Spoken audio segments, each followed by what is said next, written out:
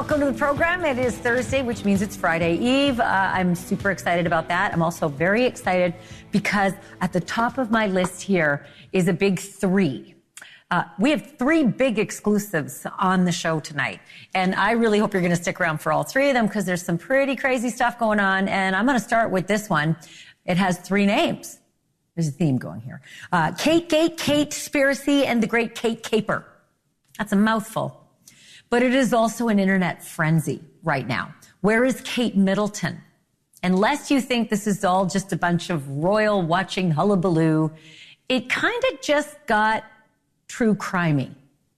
There's a whole list of reasons I'm going to give you. And I'm going to let you know what the internet has done with this story and why they may or may not have a point. Tonight, though, one of the big exclusives is the man who spent 20 years as the butler to Princess Diana and the Queen of England herself, Paul Burrell, exclusive on this program, live from England. That's coming up in just a few moments. Do not go anywhere. He's got some incredible insight into this whole controversy. Then the man who spent decades making sure that all the bits and pieces that went into the Boeing plane assembly were actually high quality, that guy, yeah, he wasn't happy with the quality, and he wasn't afraid to say so. So he was suing Boeing. He's a whistleblower for Boeing. He was mad about what he said was cutting corners at Boeing. Problem is that suit is now gone because he is gone. Suicide, they say. Not his best friend, though. Not one of his closest friends, who is, again, another exclusive on our program tonight. He is going to join us to tell us what the state of this man's mind was when he was suddenly found dead with a gun in his hand in a hotel parking lot in a car. That's coming up next as well. And then guilty times 4, same as his wife. That means mom and dad, both of the school shooter, Ethan Crumbley, they are both being considered by now the criminal justice system as guilty in that school shooting that their kid carried out. This is amazing. A couple reasons. Because now it means parents, hello, you watch your 6. You might be found criminally liable for what your kid does too. Not just mom either. Dad. Both of them. Coming up though, how much time should they serve? How guilty are they for the actions of their kids, right? How guilty are parents? Well, how guilty are these two for the action of their kid? Their kid's psychologist who testified in his trial. Another exclusive on this program tonight. Did I say earlier, don't go anywhere? Good reason.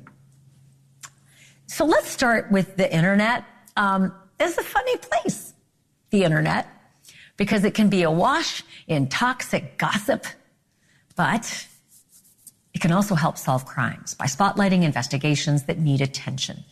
So honestly, we just weren't exactly sure what to make of the uproar over Kate Middleton. She hasn't been seen in public since Christmas Day. Surgery was the reason they gave way back then. And as this dragged on for months, the royals decided to release a so-called proof of life photo that was obviously taken in a season when the trees were leafy green and not England winter. And that is when the internet really got to work. And suddenly Kate Spiracies and Kate Gate were trending. And then Kate Middleton entered into the true crime world. Case in point, this post on Twitter, X, whatever you call it. And it reads this: would you call the police if your friend, a mom of 3, had not been seen in 78 days? Her husband cited a mystery illness as the reason that not one friend or relative has corroborated. And then when pressured for proof of life, he gave a fake picture that he claimed he took last week. Well, now you got me. And now the Kate Middleton story becomes a Banfield story. And maybe it's no wonder, because a viewer named Michaela specifically requested that, quote, we need @TV Ashleigh to go to England and track down Kate Middleton for us. The mystery has even made it onto the late night TV shows and even the White House press briefing room. Take a look. I've got some troubling news about England's royal family. I know this is your life's passion, Lewis, and I'm sorry. As we were talking about on this show yesterday, the kingdom has been all aflutter by the seeming disappearance of Kate Middleton. Does the White House ever digitally alter photos of the president, vice president, first lady, before they're released? Digitally altered? Not that I know of. I would say no. Why would we digitally alter photos? Are you talking about? Are you comparing us to what's going on in the UK? Aha. So this whole mess got started really on February 27th. That's when Prince William cited a personal matter for backing out of a memorial service for his godfather, the late King of Greece, Constantine. That did not go unnoticed. There was a flurry of memes that erupted online. Kate's divorced, Kate's being cheated on, Kate's dead even. But that fire turned into a veritable inferno with this next little bit of gasoline. On March 10th, Mother's Day in Britain, Kate's social media accounts posted this, the doomed family photo, suggesting nothing to see here. Happy Mother's Day, everybody. But it didn't take a minute before sleuths proved that the picture just wasn't real. And when the world's biggest wire agencies issued a photo kill order for the image, declaring it, quote, manipulated, the missing princess was forced to admit that she does, quote, occasionally experiment with editing. If that was even her doing that tweeting. But folks, let's be honest. This was not just a little experiment in editing. Adam Griffin is a professional photographer, and he picked that photo apart piece by piece for Vox.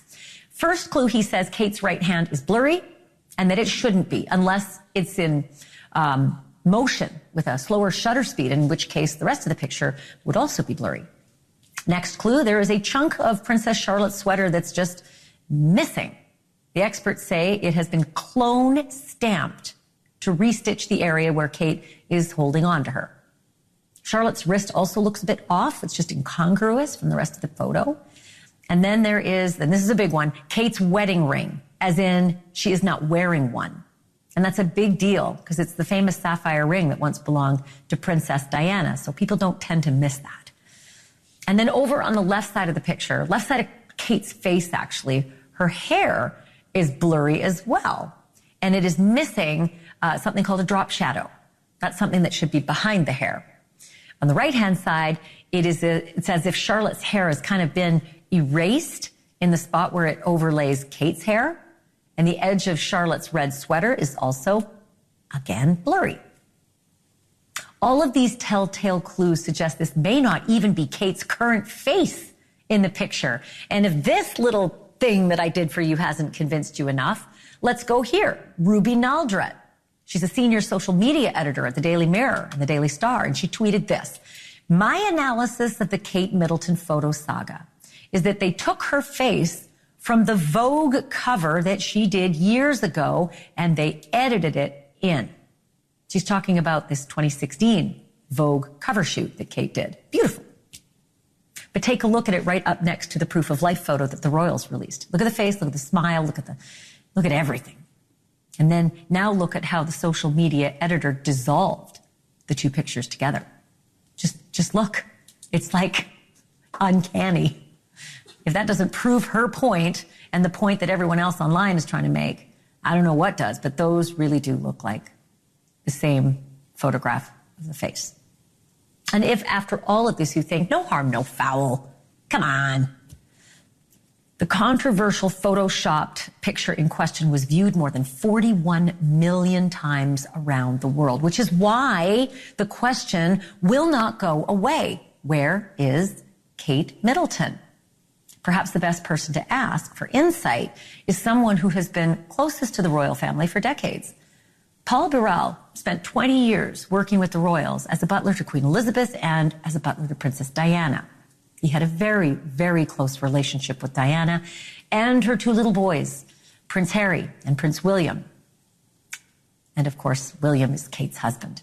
Paul Burrell joins me now in this exclusive interview live from Cheshire, England. Thank you so much for being on the program, Paul. I guess the first question I have is, what do you make of all of this controversy online? The fact that Kate hasn't been seen in several months, and then that this photo that's phony was released as if it was some kind of proof she was okay. Okay, Ashleigh, this is a very complicated issue. Kate is the most popular face in the world right now. And that's why she had 41 million hits. Fires are ablaze in the House of Windsor, and they're trying to dampen the crisis. But I think this crisis is fueled by the media. It's a complicated situation since the king admitted to having cancer in order to help other people going through the same crisis. He lit a fire inadvertently, which then spread into the Wales household and towards Kate. And Kate is recovering from serious surgery. She is not buried underneath the patio or underneath the blossoming tree in the garden. She is currently actually in Norfolk. She is resting with her family and her children, and she's going to stay in Amnor Hall in Norfolk until after Easter. I see where all this is going. I do see that this invasive interest in Kate and William is growing throughout the world. But, you know, William is fiercely protective of his family, of his wife and his children. And that's why you're not getting many answers, because he doesn't see why he should answer to the world's press. After all, look what happened to Princess Diana. So he's trying to keep a lid on everything, but by keeping a lid on everything, he is causing speculation, even more speculation. But don't you think that Kate has a right to privacy regarding her medical condition, and she doesn't want to follow the king's suit and tell the world what's wrong with her because she doesn't want to play ball with the media. Again, William took the picture, Kate didn't. Yeah, that part I understand. I have a few things to pop into that mix. Number one is when you're a figurehead family, and literally that is what the royal family is, it comes with the territory that you're famous and that the public wants you. So you can have it if you want to be Harry and zip off into obscurity, that's your right to do that. But if you are a royal, it comes with the territory that you're a public figure, public being the operative word. But I want to go back to what you just said at the beginning of that comment, and that is that she's with her family, recovering. Yes. Have you spoken with Will or Kate, and is there something that you can enlighten us as to the circumstances and the current situation? I haven't spoken with William recently. But I do have many friends who work within the royal household, and I know how fiercely protective William is of Kate. I know where they are. I know that they're happy. Just look at that picture. All they wanted to tell you was, we are fine. It was a wonderful, positive image of Kate smiling with her children, and yet the world has taken it apart. Ashleigh, just think about this. The reason why it's been taken apart is because Kate is one of the most famous women in the world, and everybody wants to know what's wrong with her. And the second reason is the media in the United Kingdom are slightly more vicious, I would think, than the media in America. And because the media in England are finding that Kate and William are not playing ball with them, for instance, this family picture would have been, in the past, taken by a press pack. They would have come in, they would have taken the picture. That picture would then be their copyright.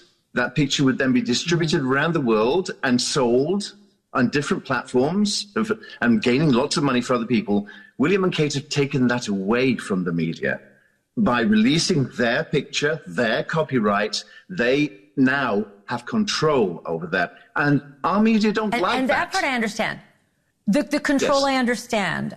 What I don't understand is releasing a photoshopped picture that's clearly taken several seasons ago as proof that everything's fine and happy Mother's Day. And this is the issue, right? This is why suddenly there's a firestorm all around the world. Yes. And if they want to send a message that everything's fine, why not send the truth? When it gets to the point where photo agencies have to issue warnings and pull photos, that's serious. That's very serious. Do they know how serious it is? Do the royals know how bad this is? They do now. Yes. They didn't then. William's an amateur photographer. He took the picture. Kate photoshopped it in her own way. It wasn't done professionally. And hereby we have the answer to the question is get a professional photographer to take a picture that he can verify is taken by him, and then we'll all be happy. But Kate and William have now sort of gone back into the background, and they've gone into seclusion, really, and they've said to themselves, well, why do we have to justify our own existence? And why should we have to tell the world that we're both alive and well when we know we are alive and well? So, well, if you're the future king and queen, that's the issue, right? Paul, yes, if you're the future king and queen, and if the current king is ill, it's even more critical. Obviously, if the current king is ill with cancer and the future king and queen are being secretive and putting out doctored photos, that's an issue. Can I ask you this? Diana, whom you knew so well, you were so close with her and with the boys. She knew how to work with the media. She knew how to manipulate the media as like a maestro. And yet they devoured her. Is there a no-win situation for Will and Kate? If they did what Diana did and invited the press in, would it be any better? Ashleigh, you're right. You are right. And that is the problem. In the words of our dear late Queen, we shouldn't try to shine light on magic, because the royal family are a very special preserve.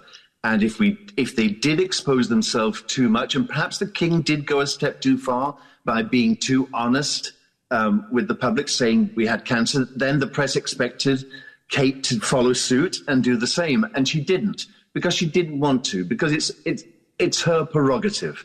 And I think we should just step back a little and think about this young woman who has a heavy weight on her shoulders right now. She's bringing up 3 children. They don't have a big staff. She wants to do it personally. William is hands-on. William is actually carrying the weight of the monarchy with him right now without his wife by his side because his father is ill with cancer.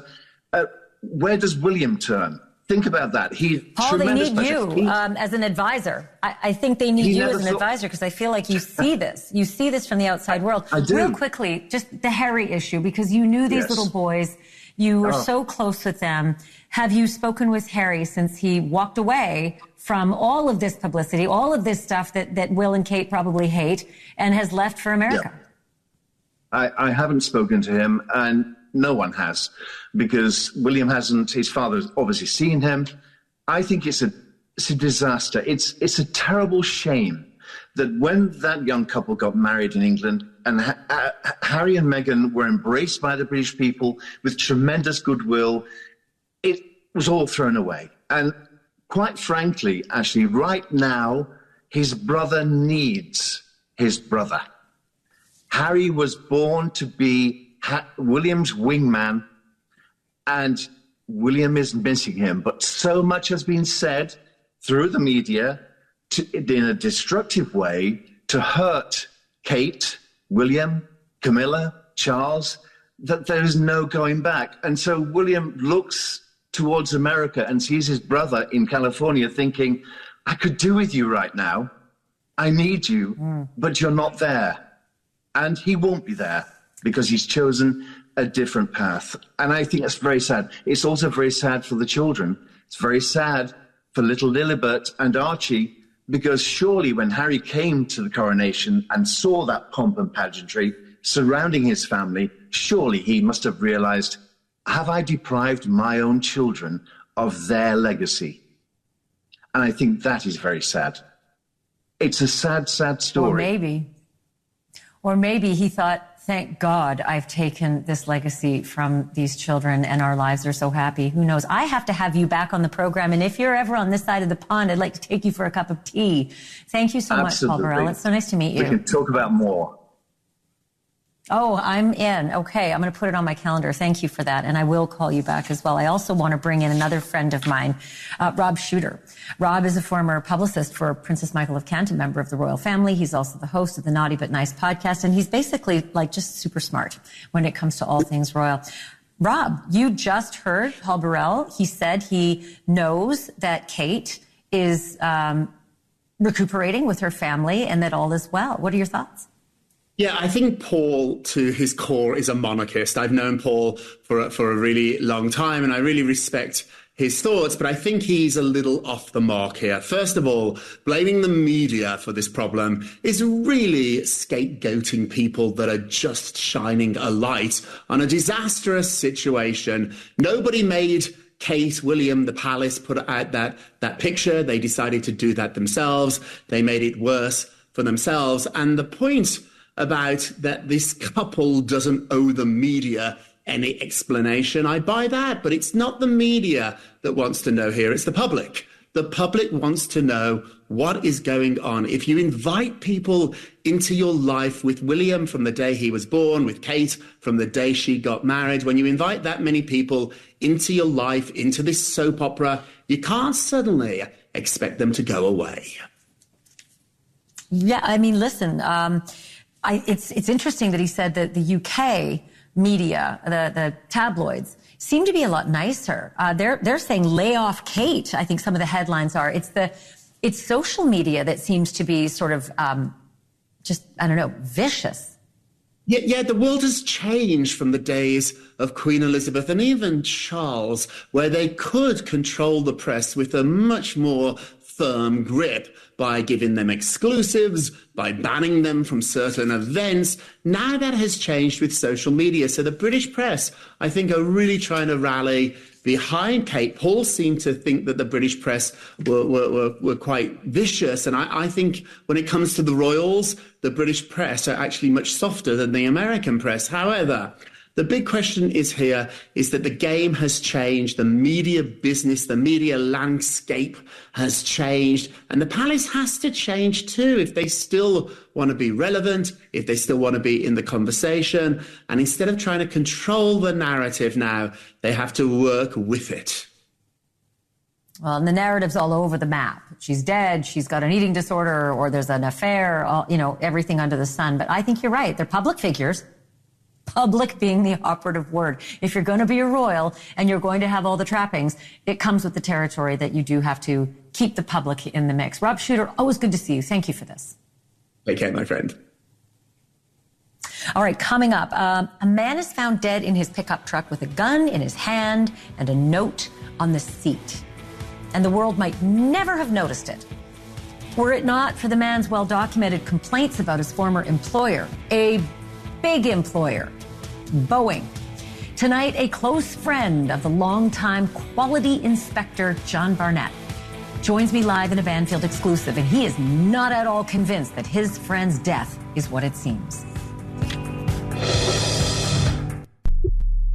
Penny pinching and factory defects, not usually the kind of story I cover, even when they involve a commercial aircraft. But when a longtime quality control inspector for a troubled airplane maker suddenly ends up dead in a very suspicious way, just as his whistleblower lawsuit is about to go to trial, well, now I roll up my sleeves. John Barnett had worked for Boeing for more than 30 years. And since 2019, he publicly accused that company of caring more about building planes fast than building them right. He told of malfunctioning oxygen masks, subpar components, and metal shavings that could cut through delicate wiring. More recently, Boeing's almost daily mechanical issues have spawned at least one website that now helps us flying passengers, avoid taking a Boeing jet when we want to book our flights. Not a joke. John Barnett said that Boeing punished him for speaking out. So he filed a whistleblower lawsuit. It was in the works for years and finally was headed to trial in June. Now, though, it won't, because last weekend Barnett turned up dead in the middle of his depositions. The coroner says his fatal gunshot wound appears to be self-inflicted. And Barnett's own brother has said that his time at Boeing gave him PTSD and anxiety attacks. Sources at the hotel where he was found dead in the parking lot told the New York Post that he seemed fine the evening before. And my next guest says he had a two-word reaction to Barnett's apparent suicide. No way. Bob Ketchum was a close friend of John Barnett for 15 years, and he joins me live now in this Banfield exclusive. Thank you so much, Bob, for being on the program. And first and foremost, my condolences to you losing your friend. And, of course, it being such a public story, I'm sure it's very hard for you to process. All at the same time, I think you're processing a story that you don't believe. What is your take on what you're hearing? It's a little bit on the difficult side because of John being the person that he was.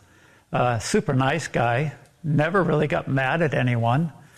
And we raced together was our big deal, and that's all we did together. We did party together. John was a very good cook. We'd go out to Camino Island to his place, and he'd have parties out there. There'd be as many as 50-plus people there. But John, being John, everything had to be correct, especially when you're racing cars at the track. Your car has to be perfect, and or you're not racing, and you're not number one. But with John, we had a lot of fun. I mean, it was great. He always a good, humorous guy, always with a smile on his face. So it's difficult to understand why he's dead now. It's sad. And going back and talking to a lot of the race guys that we raced with, I've been on the phone for the last couple of days with a lot of friends from the track from back in the day. But no, did John, anybody say anything? Great guy. Bob, did they give you any hints or clues or red flags of late, saying that maybe just recently he's been struggling? His brother said he might have had PTSD and anxiety. Yeah. But we didn't see that part of it because we were racing back, years ago together. So later on, prior to John's retirement, was where the frustration started with him and what was going on. I did call a inspector at Boeing, a friend of his, and said, "Did you hear what happened?" And they said, "Yeah, we just got the information." And she was all upset. She really couldn't talk for at least 24 hours, and then we communicated the next day. But it's sad. The people that we raced with, we were all on the phone with one another talking about what had happened and how did it happen. Do we really believe this? Was there a setup? We don't know. We just don't know. Well, there's a big call for further investigation of the forensics in that car, and if there's any development, Bob, I'd love to call you back and have you on the program to see what they might unearth. Thank you for doing this, and again, my condolences to you and all of his friends who knew him. Yes, and they've all called and wished their condolences. It's a tough one. I do want to let our audience know as well that, if you are thinking about suicide, if you out there somewhere are worried about somebody else, you can dial 988 to talk to someone at the Lifeline Network any time of the day or at night as well. And coming up next, the jury has spoken, and they said guilty 4 times over. Count 2, involuntary manslaughter as to Tate Mir. Guilty of involuntary manslaughter as to Tate Mir. A school shooter's dad is getting the same treatment that mom got. Prison for manslaughter. But how long will they be jailed for their son's school shooting? How much are they to blame for how their child turned out? The young killer's psychologist joins me in the next Banfield exclusive right after the break.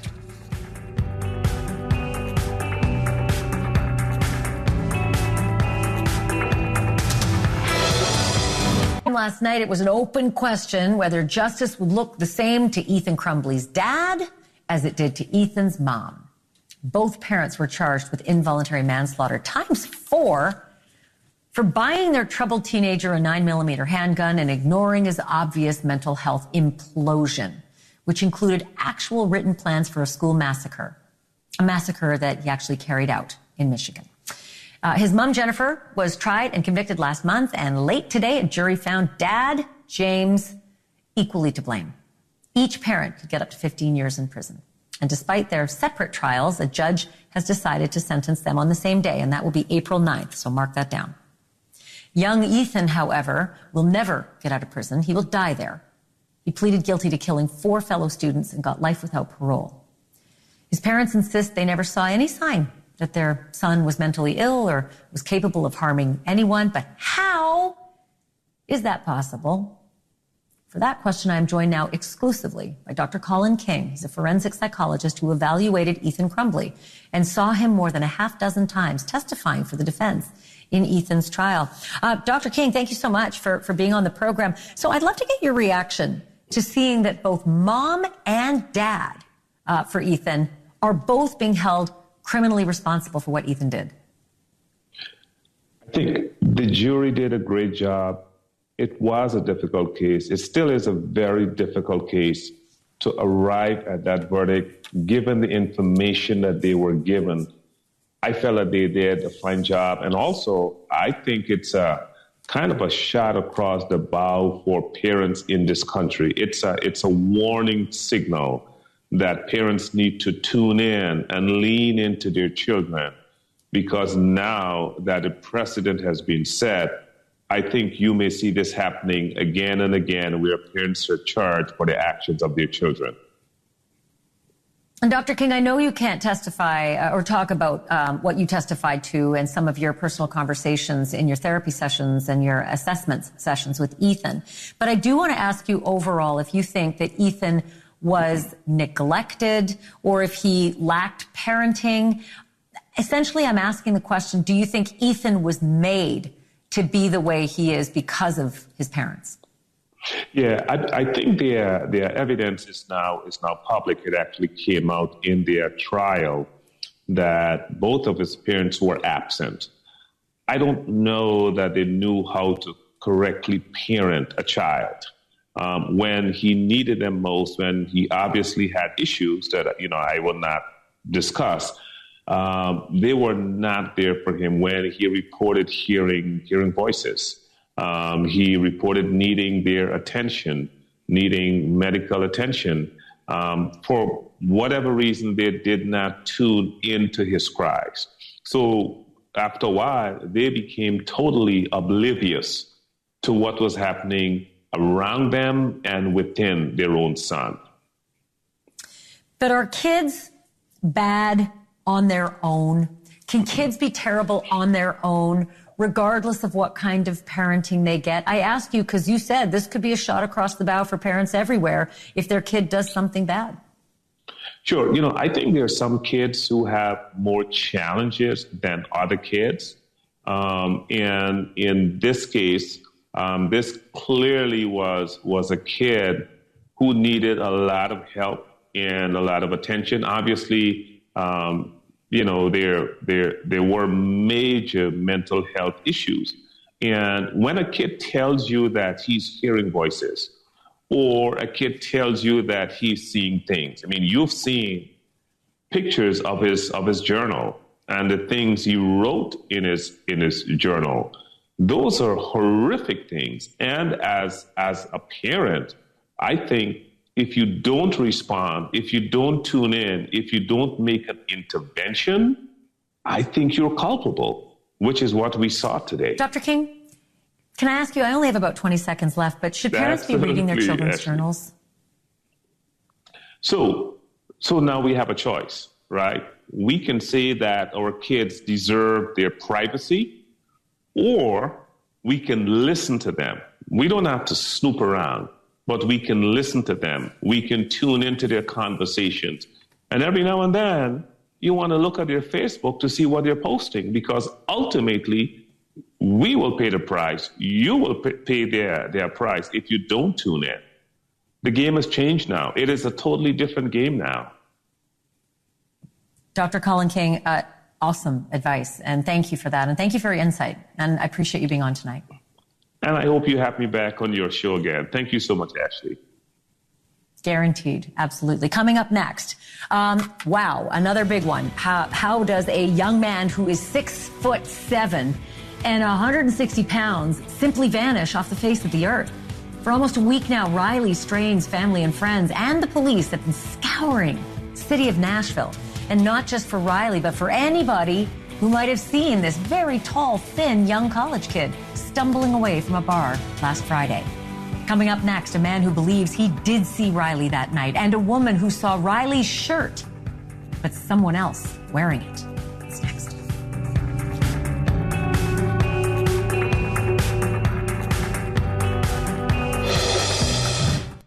Common side effects include inflammation of the nose and throat, insomnia, and sleepiness.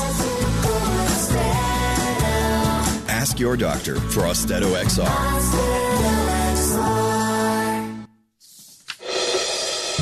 It's been 6 days, almost to the minute, since Riley Strain vanished in Nashville. 22 years old, he's a college student who was kicked out of a bar, apparently very drunk, Friday night downtown. And in a phone call with his frat brothers, he said he was headed back to the hotel. They were all visiting from Missouri, and the hotel was just 12 minutes walk from the bar. The security cameras actually caught Riley walking down the sidewalk, stumbling and rubbing his head, and then stumbling across the street. But both of those sightings were in the opposite direction of the hotel, and instead heading towards the river. Earlier today, the Nashville police held a press conference and said they're focusing their search on the water, specifically the riverbank where Riley's phone last pinged a tower. There's absolutely no indication whatsoever there's any kind of foul play or other crime involved. This is strictly a missing person investigation at this point. Obviously, those things can always change. We just don't know. But right now, all of our resources are dedicated towards finding him. We're not conducting a criminal investigation of any type. And they're not just looking for Riley, they're also looking for evidence, anything that he may have dropped along the way. They've also been canvassing nearby businesses and homeless camps. I'm joined now by Michael Halim. He is an employee at the downtown smoke shop. One of the surveillance videos of Riley came from a camera at that store, and Michael remembers seeing Riley walk by. He joins me live now. Michael, thank you so much for joining me this evening. Can you tell me what you saw on Friday night? Yes, ma'am. I was working at the store I used to work at. While I'm watching the camera around my building, I seen him outside walking in Church Street down to Gay Street. He could barely move. He fell on the floor. He was so drunk. But I was busy at this time. I had some customer inside the store, but there is usually, we used to see this situation or kind of situation outside, specific in downtown area. And I can do nothing I could do nothing for him because he didn't ask. Most of people here are armed, like you know that, so I don't like to put myself in trouble. That's why I didn't ask him. That's all I've seen at this day. I can imagine, you see a lot of people who've had a lot to drink in that bar, rich area, and you don't know if they might be violent. But I do have this question for you about Riley's mom. I understand she came to speak with you. Can you tell me about that?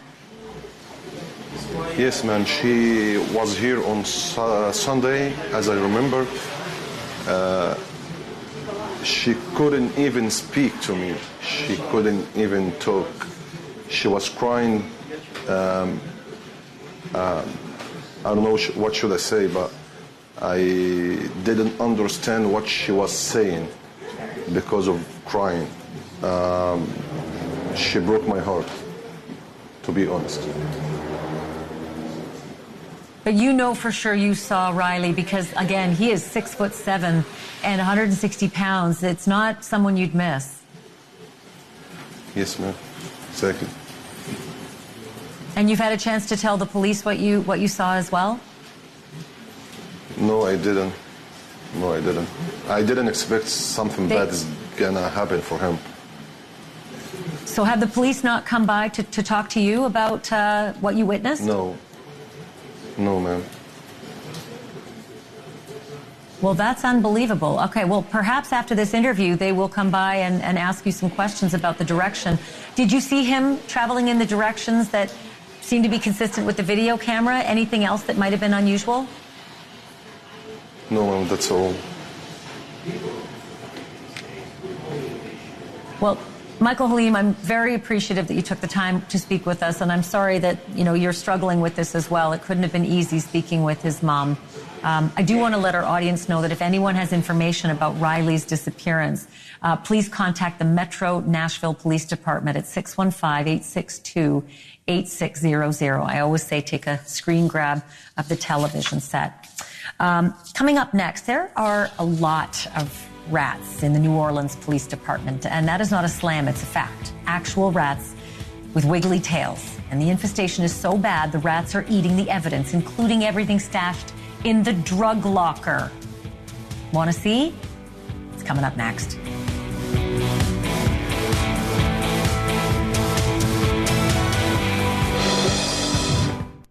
NewsNation. To find NewsNation on your screen, go to joinnn.com or stream NewsNation on Apple CarPlay and Alexa. What's up? This is will.i.am. I'm joining Stand Up to Cancer and Providence Health System to let you know that colon cancer affects the Black community at a higher rate. But there's hope. If you're 45 and older, go get a colon cancer screening right now because it's 91% beatable if detected early. Ask your doctor or go to providence.org/colon cancer to determine which screening option is right for you. A lot of people have trouble filing their taxes. I wonder if I can help. You can help people with low to moderate income file their taxes through the IRS's Volunteer Income Tax Assistance, VITA, or Tax Counseling for the Elderly, TCE programs. As a volunteer, you'll learn how to prepare individual tax returns, and at the same time, you'll help taxpayers get tax credits and deductions they're entitled to. If you'd like to volunteer, go to irs.gov and type Tax Volunteer in the search field for more details. This message is from the U.S. Department of Veterans Affairs. VA provides free or low-cost health care to eligible veterans and covers everything. From preventative to specialty care, no one knows veterans better. Sign up at va.gov, call 1-800-MyVA411, or visit your nearest VA medical center. Come see why 90% of patients say they trust VA for their health care. I just got a text asking me to approve a bank transfer I didn't make. I bet you get messages like this too. So much of our lives are online today, from email to banking and everything in between. To make sure my information was protected, I checked out CISA's Secure Our World website for simple steps to stay safe online. Now I know how to protect myself from scammers, and you can learn too. Go to CISA at cisa.gov/Secure Our World. Chris Domine is a husband, father, an athlete, even an Ironman. But 10 years ago, Chris's kidneys were failing. The doctor said, if you don't get a kidney transplant, you are going to die. Chris received a second chance, made possible by an organ donor. Your well-being changes from loss of hope to better times ahead. What could you make possible as an organ, eye, and tissue donor? Leave behind the gift of life. Go to organdonor.gov. U.S. Department of Health and Human Services, Health Resources and Services Administration. You're listening to NewsNation. To get America's fastest growing cable news network on your screen, go to joinnn.com. Smokey the Bear. Then you know why Smokey tells you when he sees you passing through. Remember, please be careful, it's the least that you can do. What you desire, don't play with matches, don't play with fire. After 80 years of learning his wildfire prevention tips, Smokey Bear lives within us all. Learn more at SmokeyBear.com. And remember, only you can prevent wildfires. Brought to you by the USDA Forest Service, your state forester, and the Ad Council. Here's a fun fact for you. The average chameleon can point their eyes in 2 different directions. On the other hand, the average human can't. So unless you're a chameleon, there's absolutely no way you can focus on texting and driving at the same time. So don't do it, unless you're a chameleon. Visit StopTextsStopWrecks.org. A message brought to you by the National Highway Traffic Safety Administration, Project Yellow Light, and the Ad Council. Imagine the hospital experience. There's a constant parade of serious doctors, countless tests, and a serious diagnosis. Scary surgeries are followed by painful recoveries. You're in the hospital for days, weeks, months. Now imagine you're a child This is why Starlight exists. Starlight programs help kids in the hospital cope, build resilience, bolster confidence, and change their outlook. Because happiness matters. Donate today at www.starlight.org. Of Cocaine Bear, get ready for Reefer Rat. And this time it's not a movie. The New Orleans Police Department says that it is old and it's decrepit at the headquarters. And it's now overrun with rats and cockroaches and mold. And the rats apparently have been helping themselves to the evidence locker, including the weed. Here's how the superintendent put it. The uncleanliness is off the charts, but it's even health issues such as mold, heavy mold in these buildings, rodent infestation. People shouldn't have to come to their office and see rodent drippings on their desk. Elevators being out, and I have employees who can barely get up the stairs, and they are not even physically able to do that. That is not valuing your people. In the evidence property room that you took a tour of, I stopped you and I said, Councilmember, come back. I want you to see the tray of all of the roaches. Major rodents on the floor, the cockroaches, the rats eating our marijuana. They're all high.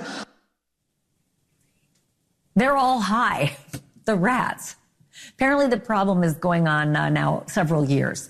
Back in the day, they even found possums in the evidence room. The department is now hoping to get the city to approve a move from the current disgusting squalor to a high-rise not far away where it's kind of nice. So I guess when the rats are getting high, you go higher. Thanks for joining us. Almost next. See you tomorrow.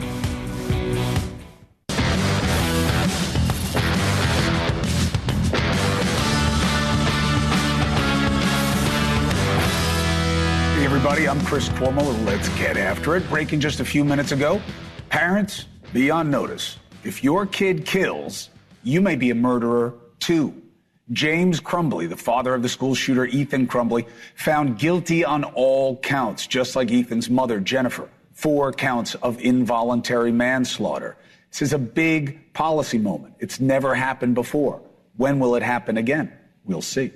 Another big decision on our watch, the Democrats suddenly calling on Israel to make a change.